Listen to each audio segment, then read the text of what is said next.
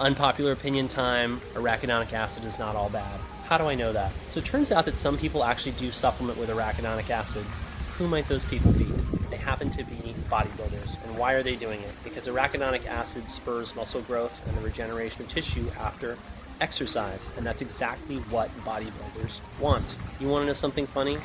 A lot of you who have chronic, inexplicable medical problems actually have low arachidonic acid.